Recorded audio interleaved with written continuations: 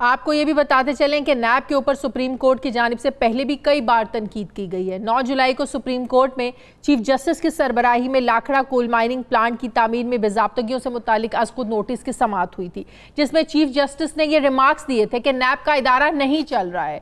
अब 20-20 साल से नैब के रेफरेंसेस जो हैं वो ज़ेर इल्तवा हैं। इन रेफरेंसेस के फैसले क्यों नहीं हो रहे हैं? क्यों ना नैब अदालतों को बंद कर दिया जाए और नैब कानून को गैर आईनी करार दे दें। सुप्रीम कोर्ट ने इन्हीं रिमार्क्स के बाद फिर सेक्रेटरी कानून को हुक्म दिया था कि मुल्क में 120 एहतसाब अदालतों के क़याम के लिए हुकूमत से हिदायत लें। इस सारे मामले पर मैं आज बात करूंगी। मुझे ज्वाइन किया है पाकिस्तान पीपल्स पार्टी के सीनियर रहनुमा कानूनदान बैरिस्टर एतजाज़ एहसन साहब ने। अस्सलाम वालेकुम, बहुत बहुत शुक्रिया, thank you very much sir, आपने टाइम दिया एतजाज़ साहब। सबसे पहला और इम्पॉर्टेंट डिस्कशन जो कल से हो रही है एतजाज़ साहब वो ये कि सुप्रीम कोर्ट ने नैब की गैर जानिबदारी पर जो सवालात उठाए हैं, जैसे कि मैंने अपने इंट्रो में भी कहा, ये सवालात मीडिया ने नहीं उठाए हैं, किसी एंकर ने नहीं उठाए हैं, ऑपोजिशन के किसी रहनुमा ने, किसी पार्टी ने नहीं उठाए हैं, सुप्रीम कोर्ट ने उठाए हैं कि ये जो कानून है सियासी इंजीनियरी के लिए इस्तेमाल होता है, ये सियासी मुखालिफिन के लिए, सियासी इंतकाम के लिए इस्तेमाल होता है।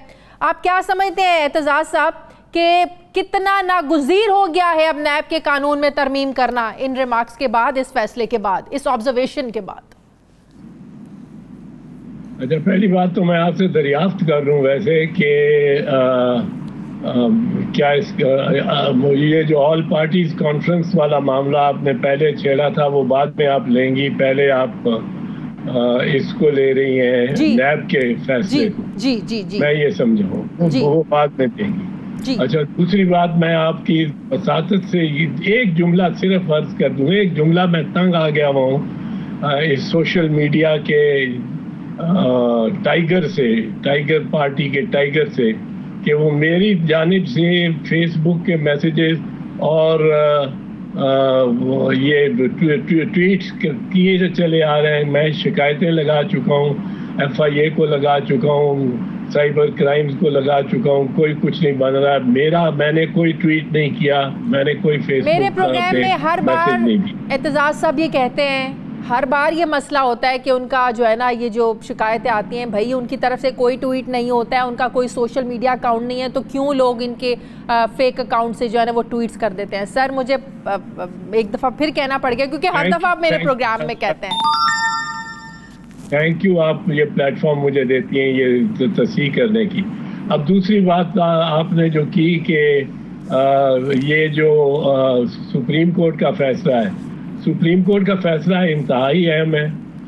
ये 2 जजेस का फैसला है और 2 जजेस से वैसे ज़्यादा अगर 5 जजेस होते तो ज़्यादा मोतबर होता, पर इसमें मेरे ख्याल में सुप्रीम कोर्ट के वो इंतहाई मोतबर जज साहब जो मकबूल बाकर साहब हैं, आप सिंध हाई कोर्ट के चीफ जस्टिस भी रहे हैं, इंतहाई दलेर, निडर और कानून जानने वाले। इस जजमेंट को ही आप पढ़ेंगे तो आपको मालूम होगा उनका मुतालिया कितना वसी है और किस कदर अमीक गहराइयों में और अमीक नुक्तों में वो गए हैं और कौन कौन सी नज़ीरें उन्होंने देखी हैं।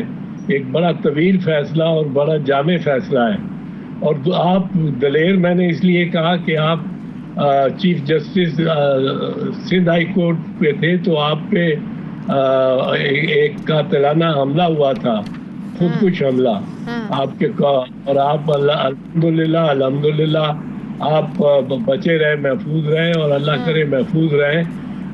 आप एक रियली लॉ नोइंग और कानून पे सोचने वाले जूरिस्ट किस्म के जज हैं और मैं इनकी तारीफ, अगर मुझे फ़र्ज करो इनके इस फैसले से इख्तलाफ होता और दीगर फैसले ऐसे हैं जिनसे मुझे थोड़ा बहुत इख्तलाफ, क्या ज़्यादा इख्तलाफ भी हो सकता है, लेकिन इनकी अपनी नॉलेज ऑफ लॉ और मेहनत और इनके मुताले से कोई इनकार नहीं कर सकता और इनकी नेक नियति से कोई इनकार नहीं कर सकता। दरअसल जस्टिस जावेद इकबाल साहब बिलखसूस जब से चेयरमैन बने हैं, जो कि खुद सुप्रीम कोर्ट के सीनियर प्यूनी जज रह चुके हैं और और रिटायर एज द सीनियर जज ऑफ द सुप्रीम कोर्ट हुए थे, चीफ जस्टिस के बाद जो सीनियर जज होता है। और उसके बाद इन्होंने मुलाजमत ले ली ये चेयरमैन नैब की, जो सुप्रीम कोर्ट के जजी से बहुत नीचे की मुलाजमत है, जो इनको लेनी वैसे नहीं चाहिए थी मेरी राय में। इन्होंने ले ली। फिर इन्होंने बहुत कारकर्दगी दिखाने की कोशिश करते रहे हैं, प्रेस नोट्स उर्दू में जारी कर करके, और उन प्रेस नोट्स में आज इसकी इंक्वायरी खोल दी, आज उसकी इंक्वायरी खोल दी।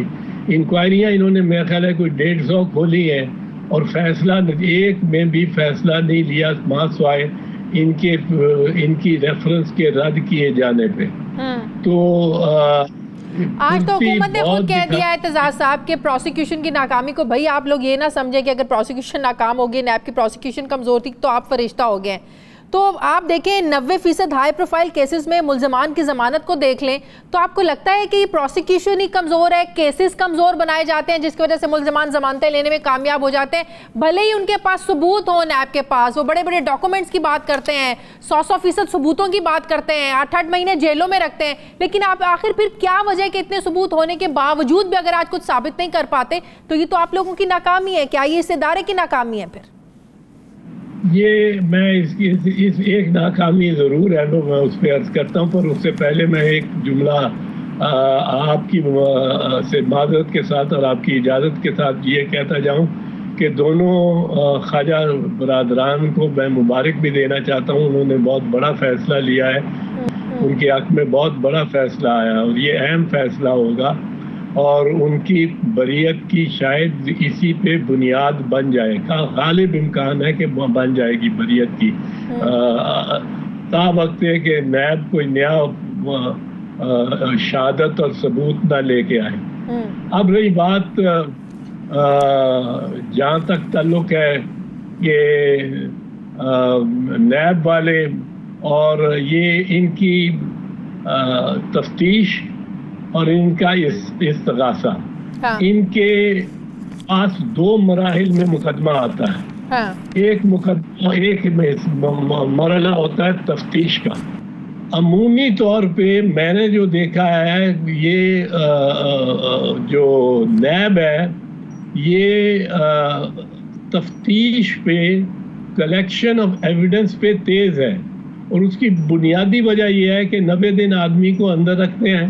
90 दिन जो चाहते हैं मनवा लेते हैं, उससे जो चाहते हैं उस पर डाल लेते हैं, और फिर कहते हैं जी अब प्रोसिक्यूशन के लिए हम तैयार हैं, रेफरेंस फाइल होगी। सही। अब प्रोसिक्यूशन में इनके पास वो सलाहियत ही नहीं है कि वो बंदूक जो गले से निकाली है और मुल्ज़म ने ऊपर सर पे खड़े होके निकाली है पॉइंट आउट करके, सही, उसको ये साबित कर सके अदालत में फिर ये साबित करना है, और हर कड़ी को साबित करना है सही कि ये बंदूक वहाँ से निकाली गई। बड़े-बड़े केसेस बना लेते हैं, सही कर पाते। इसी से जुड़ा एक और सवाल, जब हुकूमत और अपोजिशन दोनों को इस कवानीन में तरमीम चाहती हैं, एतराज़ भी है, तो फिर करने में रुकावट कहाँ पर है? हुकूमत खुश नहीं है, ओपोजिशन भी मुतमईन नहीं है, तो एतजाज से फिर रुकावट कहाँ पर है? अब क्यों नहीं? अब 2 साल हो गए, वैसे तो पीपल्स पार्टी का भी दौर गुजरा, नून लीग का भी दौर गुजरा, किसी ने इस तरफ ध्यान ही नहीं दिया। आज सब लोग तंग हैं।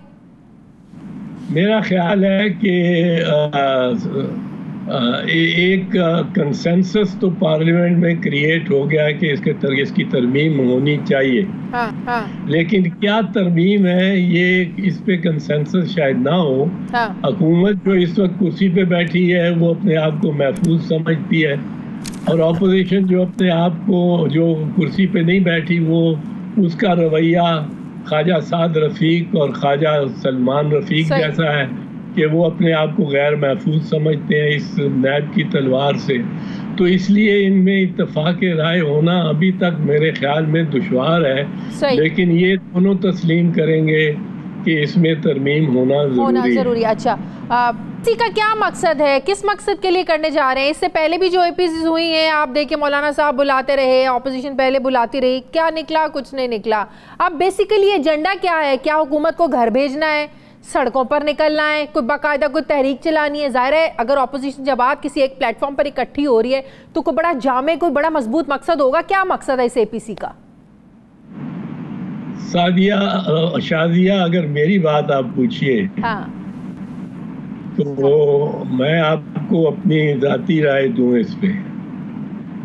जब तक नवाज शरीफ और PML नवाज और मौलाना फजल रहमान है, तो मौलाना फजल रहमान मियां नवाज शरीफ के तहफ़्फ़ुज़ में खड़े हैं।